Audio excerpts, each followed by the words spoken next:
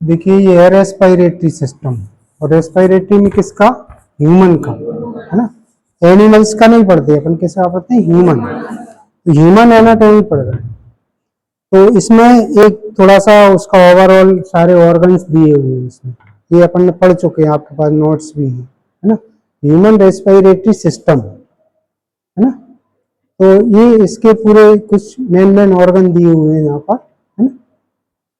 क्या लिखा है ये,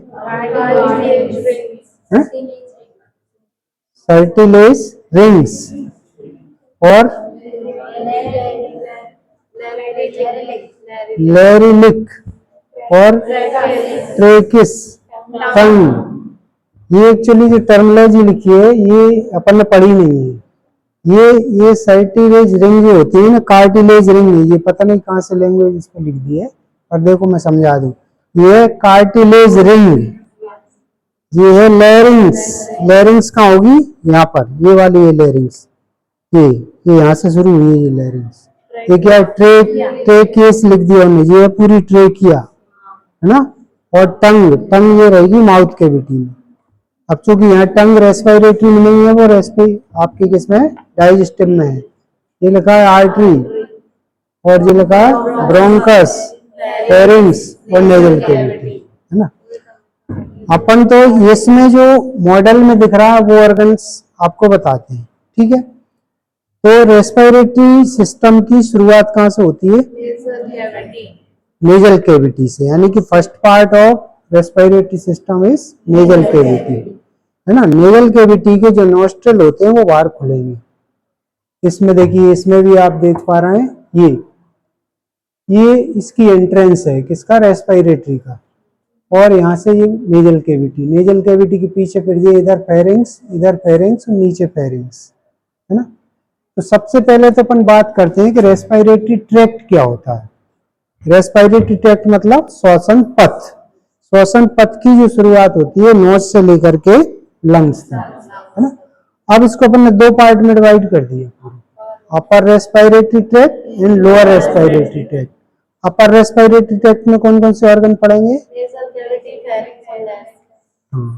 nasal cavity, pharynx, लैरिंग्स and upper part of trachea. Trachea का भी आधा भाग पड़ेंगे इसमें, यानी कि जो चेस्ट कैविटी के ऊपर है, गले तक जो है उसको अपन पढ़ेंगे यहाँ।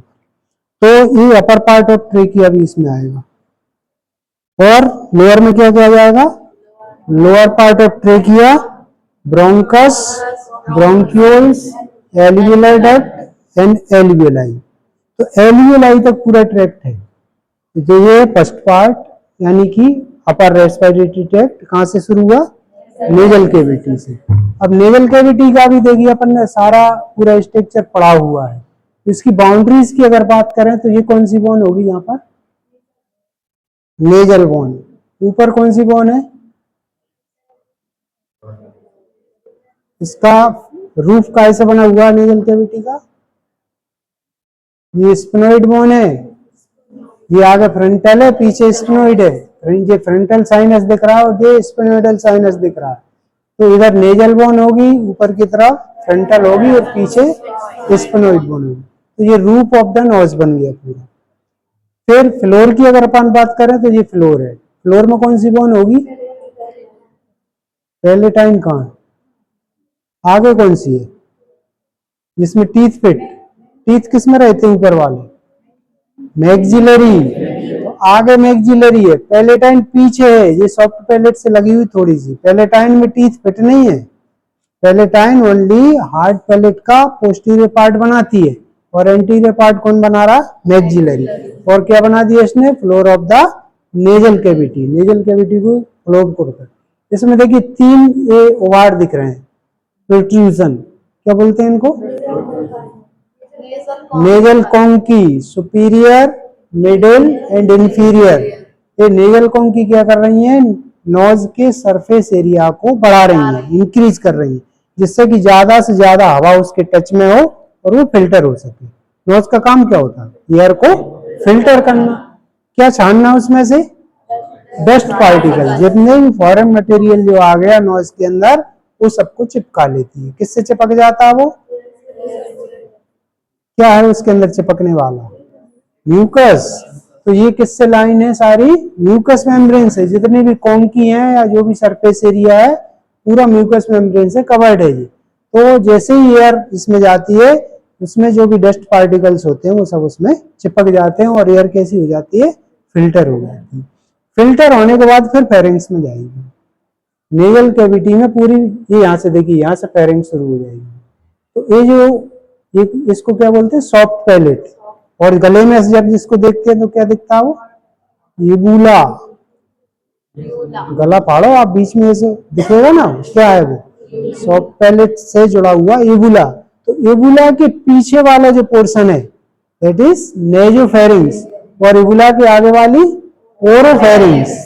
इधर ओरोफेरिंग्स है, उधर नेजो। बाकी का जो लैरिंग्स तक का जो एरिया फैला हुआ है यहां से लेके, ये लैरिंग्स कहाँ है? ये पूरा, ये इस लेवल पे अपन लगा दें लाइन। तो यहां से लेकर के यहां तक ये है लैरिंगोफेरिंग्स। तो फेरिंग्स के 3 पार्ट, ओरोफेरिंग्स, नेजोफेरिंग्स एंड लैरिंगोफेरिंग्स। ठीक है, तो ये फेरिंग्स में अपन पीछे चलेगा। अब नेजल कैविटी में आपको तो इसकी बाउंड्रीज याद रखना है और इसकी सरफेस याद रखना। सरफेस में आपको कॉन्की याद रखना है। फंक्शन क्या है नोज का? फ्लोर किससे बना है? रूफ किससे बना है? उसका सरफेस एरिया किससे बना है? उसकी म्यूकस मेम्ब्रेन कहाँ है? म्यूकस से क्या निकल रहा है? म्यूकस निकल रहा है ना? और पीछे फेरिंग्स कौन सी है? अब यहीं पे नेजल कैविटी के फंक्शन सबसे ज्यादा पूछे जाते हैं। ये चाहे प्रैक्टिकल व्यू से हो या फिर थ्योरी में भी बहुत ज्यादा आते हैं नोज के फंक्शन। अभी जो एग्जाम हुआ था साथ में पूछे भी होंगे उसमें, आए थे क्या क्या फंक्शन है? नोज क्या करती है? हाँ, तो क्या हो गया? इस फंक्शन क्या हुआ? अंदर नहीं जाने दे रहे, मतलब एयर का filtration, filtration of the air by the mucus membrane. किसके द्वारा किया फिल्टर? म्यूकस मेम्ब्रेन के द्वारा। The foreign particles are trapped in the mucus membrane with hairs. Hair भी है नाक के अंदर पूरे, इसमें हेयर्स भी, उसमें क्या हो जाएंगे? चिपक जाएंगे और वो अंदर नहीं जाएंगे। तो पहला फंक्शन है इसका एयर को फिल्टर करना। एयर फिल्टर हो रही है यहाँ पर। और क्या? स्मेल के लिए सेंसरी ऑर्गन है। अब यहाँ देखिए स्मेल वाला कोई एरिया इसमें दिख नहीं रहा है, पर नोज मैंने उसमें डायग्राम बनवाया हुआ है। यहाँ से ये क्या होता है? इथमोइड बोन रहती है पीछे की तरफ। इथमोइड बोन में एक प्लेट है, क्रिब्रिफॉर्म प्लेट। उस प्लेट में छेद हैं, उनमें से एक नर्व आती है और इसको पूरे में फैल रही है। क्या नाम है नर्व का? Olfactory nerve. यानी कि ये ऑल्फैक्शन का भी काम करती है, स्मेल का। स्मेल के सेंस को ऑल्फैक्टरी नर्व द्वारा ब्रेन तक पहुंचाने का काम इसका। और क्या फंक्शन है? टेम्परेचर को मेंटेन करना। कैसे?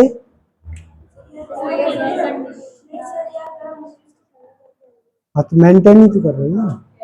कैसे मेंटेन करते हैं? यहाँ मान लीजिए अभी टेम्परेचर अपना लगभग 40 होगा, है ना? 40 से ज्यादा भी हो जाता, 45 भी हो जाता। तो 45 टेम्परेचर वाली एयर लंग्स में पहुंच सकती है क्या? नहीं पहुंचेगी। ठंडों में अपन देखते हैं कि 3 तक टेम्परेचर पहुंच जाता। अपने यहाँ की बात करें, बाकी और दूसरे रीजन में माइनस में भी चला जाता। तो माइनस में पहुंच गया, इसका मतलब ये थोड़ी माइनस की एयर लंग्स में चली जाएगी। लंग्स में गई तो फिर तो निमोनिया ही हो जाएगा उसको।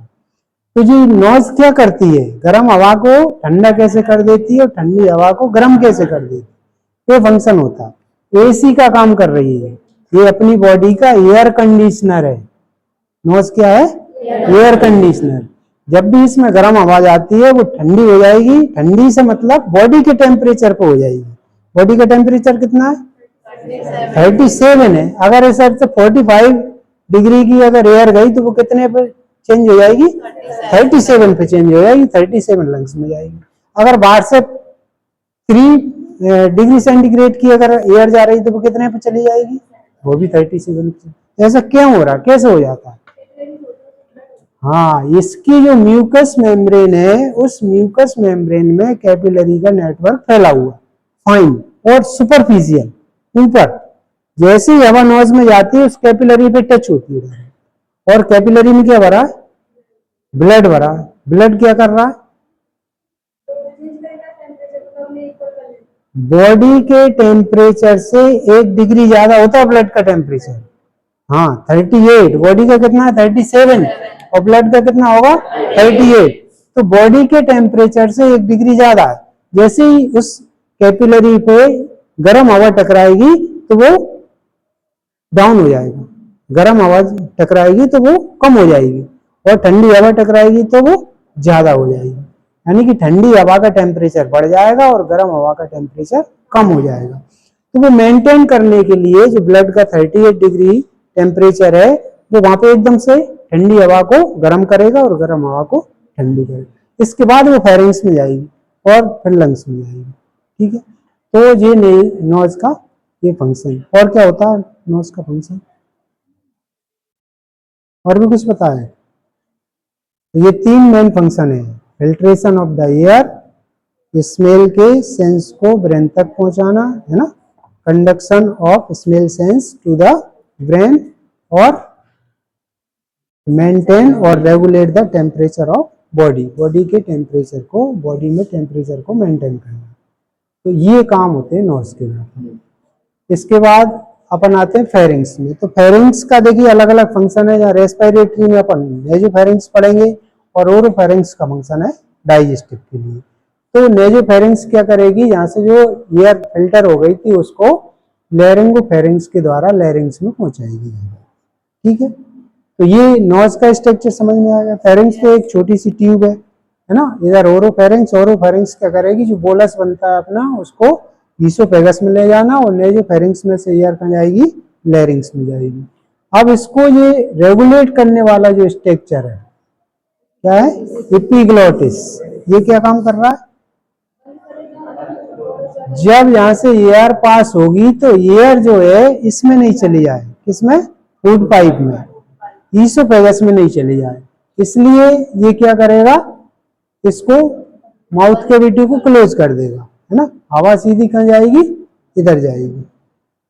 और ऐसा नहीं होता कभी कि इधर से हवा आई और मुंह में चली गई, मुंह में भी नहीं जाएगी, वो कहाँ जाएगी, लैरिंग्स में जाएगी। जब अपन भोजन लेंगे, जहां पर जब अपन पूरा च्यूइंग कर लेंगे तो उसका बोलस बनेगा। अब हवा से कोई दिक्कत नहीं, हवा अगर इसमें भी चली जाए इसमें भी चली जाए तो कोई अपनी दिक्कत नहीं है। लेकिन अगर फूड पार्टिकल लैरिंग्स में चला गया तो दिक्कत, तुरंत सांस रुक सकती है अपनी। और आपने देखा होगा एक बूंद भी अगर इसमें चली गई तो तुरंत ठसका आ जाता है और अपन उसको बाहर निकाल ले। तो इसमें क्यों नहीं जा पा रहा, कि जो एपिग्लोटिस होता है, जैसे अपन भोजन को निगलते हैं, ये देखो अभी यहाँ है इसकी पोजीशन, ये कहाँ जाएगा, यहाँ जाएगा। ये दोनों साथ में काम करते हैं। ये यूबुला भी यहाँ पर काम करेगा। जब अपन इधर भोजन निकलेंगे तो यूबुला के इधर पीछे चला जाएगा, ये क्या कर देगा, नेजोफेरिंग्स को बंद कर देगा, और ये एपिग्लोटिस किसको, लैरिंग्स को बंद कर देगा। रास्ता पूरा साफ हो गया, भोजन पीछे चला जाएगा। जब अपन एयर लेंगे तो ये एपिग्लोटिस ऊपर उठ जाएगा और ये ओरोफेरिंग्स को बंद कर देगा, और ये भी आगे की तरफ आएगा। ये दोनों मिलके मुंह वाला रास्ता है वो बंद कर दिया, हवा पीछे जाएगी, पीछे जाएगी तो कहीं चली जाएगी, सीधी लैरिंग्स में। तो ये काम होता है यहाँ पर एपिग्लोटिस का और यूबुला का। अब आए अपन लैरिंग्स में। लैरिंग्स का कोई अलग से डायग्राम तो नहीं अपन ने बनाया, हालांकि उसमें देखो इसमें भी ये सारा अपन इसमें भी समझ सकते हैं। देखो पूरी नेवल कैविटी इसमें बनी हुई थी। ये लैरिंग्स वाला पार्ट है। ये थायराइड ग्लैंड आगे इस पर रखी रहती है, ये थायराइड कार्टिलेज है, इसके अंदर है लैरिंग्स। तो लैरिंग्स बहुत बड़ा स्ट्रक्चर नहीं है, बिल्कुल छोटा सा एक स्ट्रक्चर है। इसको अपन वॉइस बॉक्स भी कहते हैं। वॉइस बॉक्स क्यों कह रहे हैं, जो अपन बोल रहे हैं ये वर्ड वहीं से आ रहे हैं, वर्ड नहीं आ रहे, वहां से आवाज आ रही है। वर्ड कौन कन्वर्ट कर रहा है, अपनी टंग और माउथ की जो मसल्स हैं वो उसको वर्ड में कन्वर्ट कर देती है। तो इसमें मैंने वोकल कॉर्ड बताए हुए हैं आपको। कितने टाइप के होते हैं वोकल कॉर्ड, 2 टाइप के। अब चूंकि जहाँ देखिए वोकल कॉर्ड का भी कोई डायग्राम इधर है नहीं है, तो आपने पढ़ा है true and false. True vocal cord क्या करेंगे, ट्रू क्यों कह रहे हैं उनको, ट्रू का मतलब क्या होता है, सही, वास्तविक। वास्तविक का मतलब होता है जो काम के हैं, जिनमें वास्तविकता हो, उनको ट्रू। ट्रू का मतलब है कि उनसे ही आवाज उत्पन्न होगी। और फॉल्स मतलब आवाज उत्पन्न नहीं करते, अवास्तविक। तो जो आवाज उत्पन्न कर रहे हैं उनको कह रहे हैं अपन ट्रू, और जो केवल उसमें एसेस कर रहे हैं, यानी कि इस तरह से बनाया हुआ है मैंने, इसके बीच में ये क्या दिख रहा है, ग्लोटिस। ये अगर ऐसे पकड़ लूं मैं, देखो ये बीच में ग्लोटिस हो गया, तो ये दोनों तरफ क्या लगे, ट्रू लगे। अब ये ऐसे चिपके होते हैं, ट्रू कैसे, ऐसे चिपके हैं, जब हवा पास होगी तो ये दूर जाएंगे, दूर कौन ले जाएगा, फॉल्स वोकल कॉर्ड इन ट्रू वोकल कॉर्ड को बाहर ले जा रहे हैं और अंदर ला रहे हैं। तो आवाज तो उत्पन्न नहीं कर रहे हो, तो आवाज का प्रोडक्शन नहीं कर रहे हैं, इसलिए उनको फॉल्स कह रहे हैं। और ट्रू आपकी जो वॉइस को प्रोड्यूस कर रहे हैं, इसलिए उनको ट्रू कह रहे हैं। तो ट्रू जो वोकल कॉर्ड होते हैं, जो आपकी वॉइस है वो डिपेंड करती है कि आपकी वोकल कॉर्ड कैसी है। फीमेल में वॉइस जो होती है कैसी है, फाइन है बिल्कुल, और मेल में कैसी है, हैवी है। हैवी क्यों है, क्योंकि मेल के जो वोकल कॉर्ड होते हैं वो थिक हैं, और फीमेल के जो वोकल कॉर्ड होते हैं वो थिन होते हैं। तो जितने पतले धागे जैसे ज्यादा उतनी अच्छी आवाज निकलेगी, उतनी हल्की आवाज निकलेगी, और जितने मोटे होते जाएंगे आवाज भारी होती है। तो फीमेल की जो आवाज है वो हल्की है और पतली है, क्योंकि उनके वोकल कॉर्ड कैसे हैं, फाइन है, और मेल के थिक है। तो ये डिपेंड करता है कि वोकल कॉर्ड कैसे है। और ये कई बार चेंज हो जाता है, आपने देखा हो गले में कोई इन्फेक्शन हो जाए, जुकाम हो जाए, आवाज बदल जाती है। क्यों, जब यहाँ इन्फेक्शन हो रहा है तो यहाँ से इन्फेक्शन लैरिंग्स में भी तो जाएगा, लैरिंग्स में गया तो वोकल कॉर्ड में भी इन्फ्लामेशन हो गया, तो इन्फ्लामेशन से क्या होगा, सूजन हो जाएगी, उनमें थिक हो जाएंगी, तो आवाज चेंज हो जाएगी, आवाज नहीं हो जाती चेंज, जुकाम हो जाता है, भारी हो जाती है। तो क्यों हो गई, क्योंकि वोकल कॉर्ड में भी इन्फ्लामेशन हो गया वहां, इसलिए वो वॉइस भी चेंज हो जाती है। जिसके बिल्कुल ही नहीं आती उसके ज्यादा ही हो जाते हैं। बिल्कुल नहीं आती मतलब गला बिल्कुल लग ही जाता है, आवाज ही नहीं आती। इन्फ्लामेशन ज्यादा हो गया वहां, मतलब इतनी सूजन आ गई वोकल कॉर्ड में कि वो कंपन ही नहीं कर पा रहे। भाई आवाज कब निकलेगी, जब कंपन होगा, और कंपन किस चीज में हो सकता है, जो पतली हो। अब उसमें इन्फ्लामेशन हो गया तो वो कैसी हो गई, मोटी हो गई। अब लंग्स आवाज भी टकरा रही है, तो टकराने का वो कंपन ही नहीं कर पा रहा, कंपन नहीं होगा, वाइब्रेशन नहीं होंगे तो वॉइस कैसे निकलेगी। तो आवाज नहीं निकल रही, क्या लोग गला ढूंढ भी आता है, एकदम ढूंढ क्यों गया, क्योंकि वह वोकल कॉर्ड काम नहीं कर पा रहे, उनमें इन्फ्लामेशन हो गया। इन्फ्लामेशन के कारण आवाज नहीं निकल पाती उनकी, या निकलती है तो थोड़ी बहुत निकलती है, जितने कंपन होंगे उतनी निकलेगी। अच्छे कंपन होंगे तो अच्छी, जब हेल्दी हो जाता है व्यक्ति, एंटीबायोटिक ले लेता है, ट्रीटमेंट ले लेता, आवाज अच्छी हो जाती है, क्योंकि वहां की इन्फ्लामेशन को अपन ने ठीक कर दिया। तो इन्फ्लामेशन के कारण कई बार आवाज चेंज हो सकती है। हार्मोनल डिफेक्ट भी है इसका, जन्म से गूंगे आ रहे हैं तो इसका मतलब है कि उनके ब्रेन से रिलेटेड कोई प्रॉब्लम है। लैरिंग्स अपनी बॉडी के जितने भी ऑर्गन है, जितने भी पार्ट हैं, सब कौन चला रहा है, ब्रेन चला रहा है, ब्रेन में सारे सेंटर।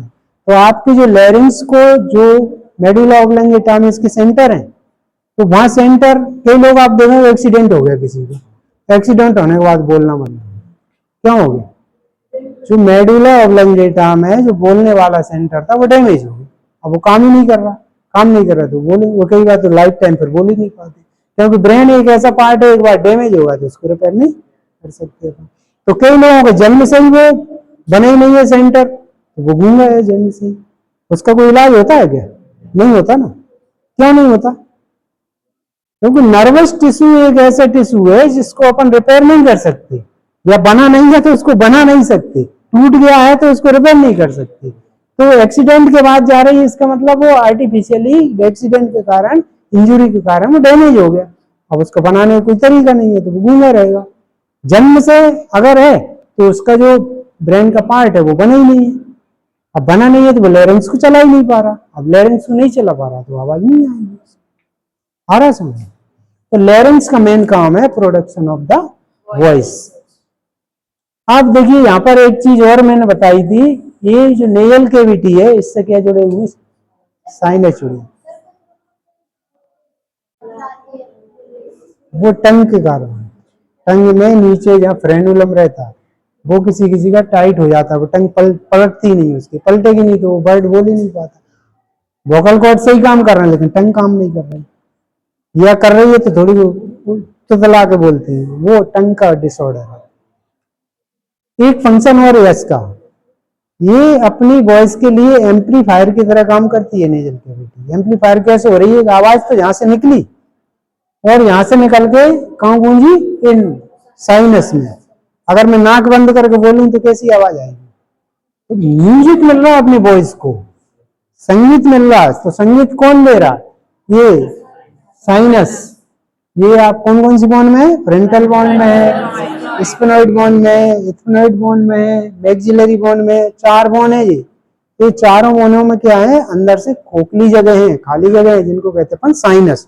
तो जब जहां से आवाज जो निकलेगी वो इनमें से गूंजते हुए नाक में से बाहर आएगी, तो उससे क्या मिल गया? म्यूजिक।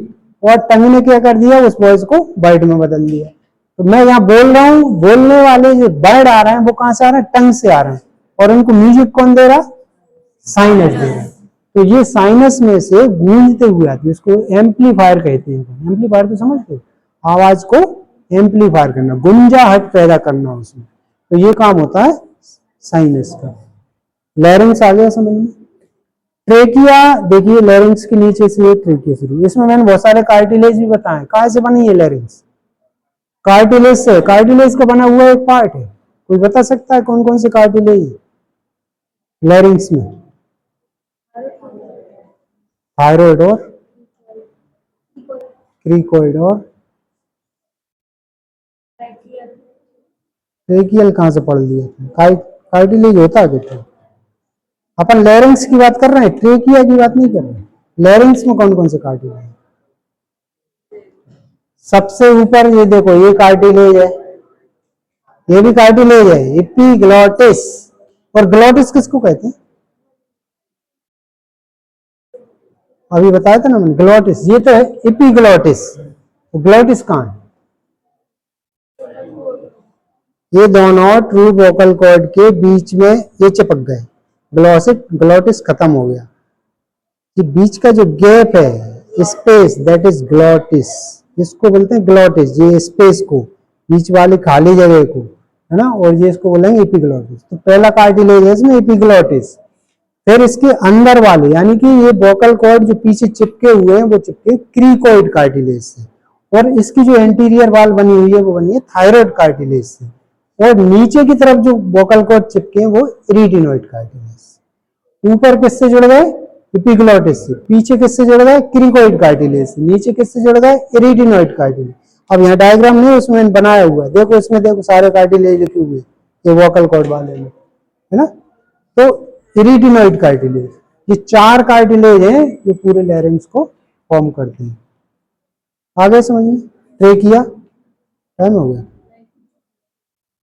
ट्रेकिया कितनी लंबाई होती है ट्रेकिया की? कहां से शुरू होगी? लैरिंग्स के यहां से शुरू होगी। ये पूरी कार्टिलेज की रिंग से बनी हुई है, कार्टिलेज की रिंग से। लेकिन रिंग पीछे नहीं है इसमें, ओनली आगे की तरफ है। आगे की तरफ क्यों बनाई है और पीछे क्यों नहीं बनाई? नहीं, आगे की तरफ बना दें तो कॉलेप्स नहीं हो रही, तो पीछे और बना देते तो भी तो कॉलेप्स नहीं होती। पीछे ईसोफेगस है, अगर पीछे और रिंग बना देते तो ईसोफेगस एक्सपेंड नहीं हो पाती। आप भोजन निगलते ना तो उसमें से पास नहीं हो पाता, वो चिपक जाए, तो उसको भी आसानी हो फैलने में और ये भी चिपके नहीं। व्यक्ति की अगर डेथ भी हो जाए तो ये पाइप कभी बंद नहीं होता, डेथ के बाद भी खुला रहता है। बेहोश हो जाता आदमी, सांस नहीं रुकती उसकी। बेहोश हो गया का मतलब ब्रेन से कोई कनेक्शन ही हट गया, इसके बाद भी इसमें से सांस जाती रहती है। अगर ये कार्टिलेज से नहीं बना होता तो बेहोश होते से आदमी खत्म हो जाता। तो इसको हमेशा खोले रखना, बिन पाइप कार्टिलेज। कितनी रिंग बताई मैंने इसमें? 16 से 20। लंबाई कितनी होती है? 11 सेंटीमीटर, है ना। नीचे जाकर के ये 2 पार्ट में बट गई, इसको बोलते हैं बाइफर्केशन ऑफ ट्रेकिया। ट्रेकिया 2 भागों में बट गई, इधर वाला ब्रोंकस और ये लेफ्ट ब्रोंकस और ये राइट ब्रोंकस, इन दोनों क्या कहेंगे? ब्रोंकस। ब्रोंकस जो है लंग्स में एंटर होंगे, और जो रिंग है वो ब्रोंकस तक है, अंदर नहीं होंगी ब्रोंक्यूल्स, ओनली ब्रोंकस तक, है ना। इसमें जो राइट वाला ब्रोंकस है वो कैसा है? छोटा है और चौड़ा है, यानी कि इसकी वाइड ज्यादा होती है और लेंथ शॉर्ट होती है। इसकी लेंथ लॉन्ग होगी लेकिन वाइड वो सक्रिय क्यों होगी? क्योंकि इधर जहाँ हाइट की वजह से लंग पुश हो जाता, पुश होने से ये छोटी रहेगी। और ये पास में इधर लंग्स का प्रेशर नहीं है इधर, कि यहाँ एक नोच होती है लंग्स में, कार्डियक नोच, है ना। तो इसके अंदर की देखिए सारी ये ट्यूब्स इसमें बनी हुई है। ये ब्रोंकस है, ब्रोंकस अंदर जा करके फिर ये नलियों को क्या कहेंगे? ब्रोंकस के बाद क्या बनेगा? ब्रोंक्यूल्स। अगर यहाँ पे देखिए लोब भी आप बने हुए हैं, राइट लंग को अगर देखें तो इसमें 3 लोब हैं और लेफ्ट में ओनली 2 लोब हैं। 2 लोब है मतलब ये थोड़ा सा छोटा होता है, ये बड़ा होता है साइड में। अब इसमें जो ब्रोंकस एंटर होता है तो इसकी मेन 3 ब्रांच होंगी, यानी कि ब्रोंक्यूल्स कितने होंगे? 3। इसको कहेंगे ब्रोंकियल, ब्रोंकस, और उनको कहेंगे ब्रोंक्यूल्स। ब्रोंक्यूल्स में से फिर और छोटे छोटे बनेंगे तो उनको कहेंगे टर्सरी ब्रोंकस, है ना। तो 3 मेन ब्रांच होंगी, एक अपर लोब में, एक मिडिल लोब में और एक लोअर लोब में। इधर ओनली 2 ब्रांच होंगी, अपर लोब में और लोअर लोब में। फिर उसमें से और छोटी छोटी ब्रांच बनेंगी, टर्सरी ब्रोंक्यूल्स बन जाएंगी। उनसे फिर डक्ट बनेंगी, एल्वियोलर डक्ट। एल्वियोलर डक्ट से फिर लास्ट में बन जाएंगी एल्वियोलर। ये देखिए ये एल्वियोलर, यहीं पे जाकर के फिर गैसियस एक्सचेंज होगा। जो अपन ने ऑक्सीजन ली थी वो ब्लड में चली जाएगी, ये कैपिलरी का जाल फैला हुआ पूरी ब्रोंकियल्स, है ना। ये पूरा मैंने एक्सचेंज भी बताया वहां पर कि किस तरह से डिफ्यूजन हो रहा है गैसेस का। क्यों होता है डिफ्यूजन? बाहर ऑक्सीजन की कंसंट्रेशन ज्यादा है बॉडी की अपेक्षा, इसलिए वो ब्लड में जा रही है, और ब्लड में कार्बन डाइऑक्साइड की कंसंट्रेशन ज्यादा है, इसलिए वो एल्वियोलाई में आ रही है। इसके लिए मैंने प्रिंसिपल ही बताया था कि अपन ऑक्सीजन ही क्यों ले रहे हैं, ऑक्सीजन ही क्यों ले रहे हैं, कार्बन डाइऑक्साइड भी तो है बाहर, तो ऑक्सीजन ही क्यों जा रही है अंदर? अंदर ज्यादा फैक्ट्री है अपनी बॉडी, कार्बन डाइऑक्साइड लगातार बन रही है। बाहर कितना परसेंटेज होता है कार्बन डाइऑक्साइड? 0.3%, जबकि बॉडी में कितना? 45%। कितना? नहीं, वो तो प्रेशर है, परसेंटेज कितना होता है? एनवायरमेंट में कार्बन डाइऑक्साइड कितनी है? 0.3%, और बॉडी में कितनी है? 21%, है ना। 16%। 21 क्या है? ऑक्सीजन है। ऑक्सीजन का परसेंटेज एनवायरमेंट में कितना है? 21, और बॉडी में कितना है? 16%। ये मैंने लिखवाया था परसेंट, देखो इसमें क्या क्या लिखा है ना। और कार्बन डाइऑक्साइड का कितना लिखा है बॉडी में? 21%। तो कार्बन डाइऑक्साइड का परसेंटेज बॉडी में ज्यादा है एनवायरमेंट की अपेक्षा, इसलिए वो कहाँ जा रही है? बाहर जा रही है। और एनवायरमेंट में ऑक्सीजन का कंसंट्रेशन ज्यादा, परसेंटेज ज्यादा, इसलिए वो बॉडी में जा रही है। तो वो यहाँ पर एक्सचेंज होगा इसका, ठीक है। अब ये पूरा गैसियस एक्सचेंज में मैंने बताया हुआ है कि इधर से जब ऑक्सीजन ब्लड में जाएगी तो वो किससे जुड़ के जाएगी? फिर टिश्यू तक हीमोग्लोबिन से जुड़ेगी ना, क्या बनेगा? Carboxy haemoglobin. कितनी परसेंट ऑक्सीजन जुड़ेगी हीमोग्लोबिन से? 98.5%, या 98 भी मान लें अपन एवरेज। बाकी की जो 2% होगी वो कहाँ चली जाएगी? वो प्लाज्मा में डिजोल्व हो जाएगी, है ना। 2% प्लाज्मा में डिजोल्व होकर जाएगी और 98% हीमोग्लोबिन से जुड़ के जाएगी, और टिश्यू लेवल पे जाकर के वो अलग अलग हो जाएगी। टिश्यू लेवल पे जैसी ऑक्सीजन अलग होगी तो वो टिश्यू में चली जाएगी, और टिश्यू में से कार्बन डाइऑक्साइड कैपिलरी में आ जाएगी। फिर उधर से कार्बन डाइऑक्साइड आएगी लंग्स तक, वो कैसे आएगी? टिश्यू में से जो कार्बन डाइऑक्साइड निकली वो ब्लड कैसे लाएगा उसको? किससे जुड़ के? हाँ, बाइकार्बोनेट। बाइकार्बोनेट आयन के रूप में कितनी आएगी? 70%। और किस रूप में आएगी? प्लाज्मा में कितनी होगी डिजोल्व? कितनी? कॉन्फिडेंस से बोला करो ना, 7 कह रहे हो, पता नहीं गलत बोल रहा है। 7% क्या होगी? डिजोल्व होगी। और बाकी की कितनी परसेंट बची? 23% बची ना। 23% हीमोग्लोबिन से बाइंड हो जाएगी, कार्बोक्सी हीमोग्लोबिन बनेगा, है ना। और 70% बाइकार्बोनेट आयन में कन्वर्ट हो जाएगी, बाइकार्बोनेट आयन के रूप में आएगी लंग्स तक, और 7% प्लाज्मा में डिजोल्व होके आएगी। 3 फॉर्म में आती है उधर से, यही है ना। तो ये गैसियस एक्सचेंज बताया हमने, बहुत छोटा सिस्टम है, इसमें बहुत ज्यादा बड़ा नहीं है। अब इसमें एक तो मैंने मैकेनिज्म ऑफ रेस्पिरेशन जो बताया उस पर क्वेश्चन ज्यादा आता है। मैकेनिज्म ऑफ रेस्पिरेशन कैसे होती है, मैकेनिज्म इंस्पायरेशन कैसे करते हैं और एक्सपायरेशन कैसे करते हैं अपन, मसल्स के द्वारा। कौन कौन सी मसल काम करती हैं, डायफ्राम और इंटरकोस्टल। इंटरकोस्टल कितने टाइप की हैं, 2 टाइप की, इंटरनल और एक्सटर्नल। तो मेरे को जैसे मुझे सांस ली मैंने अंदर, सांस ली मतलब क्यों गई अंदर सांस, अपने आप तो नहीं गई, डायफ्राम नीचे चला गया। नीचे चला गया मतलब डायफ्राम डोम शेप का होता है, जब उसमें कॉन्ट्रैक्शन होता है तो वो फ्लैट हो गया। फ्लैट हो गया तो लंग्स का वर्टिकल वॉल्यूम बढ़ गया, और जो एक्सटर्नल इंटरकोस्टल होंगी वो रिब्स को ऊपर उठाएंगी, ऊपर उठाएंगी तो लंग्स का एंटीरियर पोस्टीरियर डायमीटर बढ़ गया। वर्टिकल डायमीटर किसने बढ़ा दिया, डायफ्राम ने। एंटीरियर पोस्टीरियर डायमीटर किसने बढ़ा दिया, एक्सटर्नल इंटरकोस्टल ने। लंग्स के अंदर जगह खाली हो गई, हवा अंदर गई, दैट इज इंस्पायरेशन। इनहेलेशन है ना। एक्सहेलेशन कैसे करेंगे, डायफ्राम डायलेट हो जाएगा। अभी क्या हुआ था, कॉन्ट्रैक्ट हुआ था, फिर क्या होगा, डायलेट होगा तो वो अपनी स्थिति में जाएगा, ऐसे उठेगा, उठेगा तो नीचे से लंग्स को दबाएगा, तो जो वर्टिकल वॉल्यूम जो लंग्स का बढ़ा था वो कम हो जाएगा। और एक्सटर्नल इंटरकोस्टल रिलैक्स हो जाएंगी। अभी क्या हुई थी, कॉन्ट्रैक्ट हुई थी, तो एक्सटर्नल इंटरकोस्टल रिलैक्स हो गई, लेकिन एक्सटर्नल रिलैक्स हो गई और इंटरनल कॉन्ट्रैक्ट होंगी। इंटरनल कॉन्ट्रैक्ट होंगी तो रिब्स दबेंगी, तो ऊपर से दबाएंगी रिब्स किसको, लंग्स को। तो जो एंटीरियर पोस्टीरियर डायमीटर जो इंक्रीज हुआ था वो डिक्रीज हो गया, और डायफ्राम की वजह से वर्टिकल डायमीटर डिक्रीज हुआ तो प्रेशर पड़ा, जो उसके अंदर जो हवा भरी होगी वो बाहर आ गई, दैट इज एक्सहेलेशन, एक्सपायरेशन। तो ये मैकेनिज्म आप पढ़ लेना, उसमें 3 मसल इसमें इन्वॉल्व होती हैं।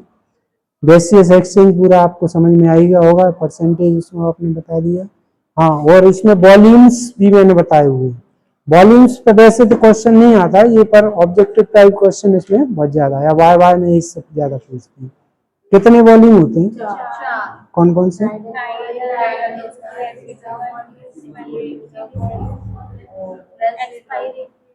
इसको बंद करो। टाइडल वॉल्यूम कितना होता, इंस्पायरेटरी कितना होता। टाइडल वॉल्यूम देखिए, चाहे मेल हो चाहे फीमेल हो, दोनों में बराबर है, कितना 500 ml। पर इंस्पायरेटरी, एक्सपायरेटरी और रेजिडुअल जी अलग अलग होगा, मेल में अलग होगा और फीमेल में अलग होगा। इंस्पायरेटरी कितना होता है मेल में, इंस्पायरेटरी रिजर्व वॉल्यूम 3000, और फीमेल में कितना होता है 2500 ना, मेल में 3000 और फीमेल में 2500। एक्सपायरेटरी रिजर्व वॉल्यूम किसमें, मेल में, और फीमेल में 600। कहाँ पड़ गया है भैया, वैसे ही तुक्के लगा रहे 1100 और 1000, मेल में 1100, फीमेल में 1000। और कौन सा बचा, रेसिडुअल। रेसिडुअल कितना होता, 1200 किसमें और फीमेल में 1000। और फिर 2 कैपेसिटी बताई अपन ने इसमें, है ना। टोटल लंग कैपेसिटी कितनी होती है, कितना वॉल्यूम समझ सकता है लंग्स के अंदर, 58 क्या 5800, 5800 ml। और 58 kg क्या करोड़ अरब कितना होता है। और कौन सी कैपेसिटी है, वाइटल कैपेसिटी। वाइटल कैपेसिटी कितनी होती है, वाइटल कैपेसिटी का मतलब है जिसमें लंग्स फंक्शनल कंडीशन में रहें, और टोटल लंग कैपेसिटी को कितना समा सकता है, और उस समय उसमें प्रेशर ज्यादा हो जाएगा, बस्ट हो सकता है लंग्स, और समझ सकते हैं। वाइटल का मतलब होता है कि वो काम करता रहे, कितने एयर पर उसको नुकसान नहीं पहुंचेगा, 4600 है ना ml। तो ये कुछ वॉल्यूम्स और कैपेसिटी है ये भी। तो रेस्पिरेटरी सिस्टम आ गए समझ में। नेक्स्ट जो आपकी क्लास होगी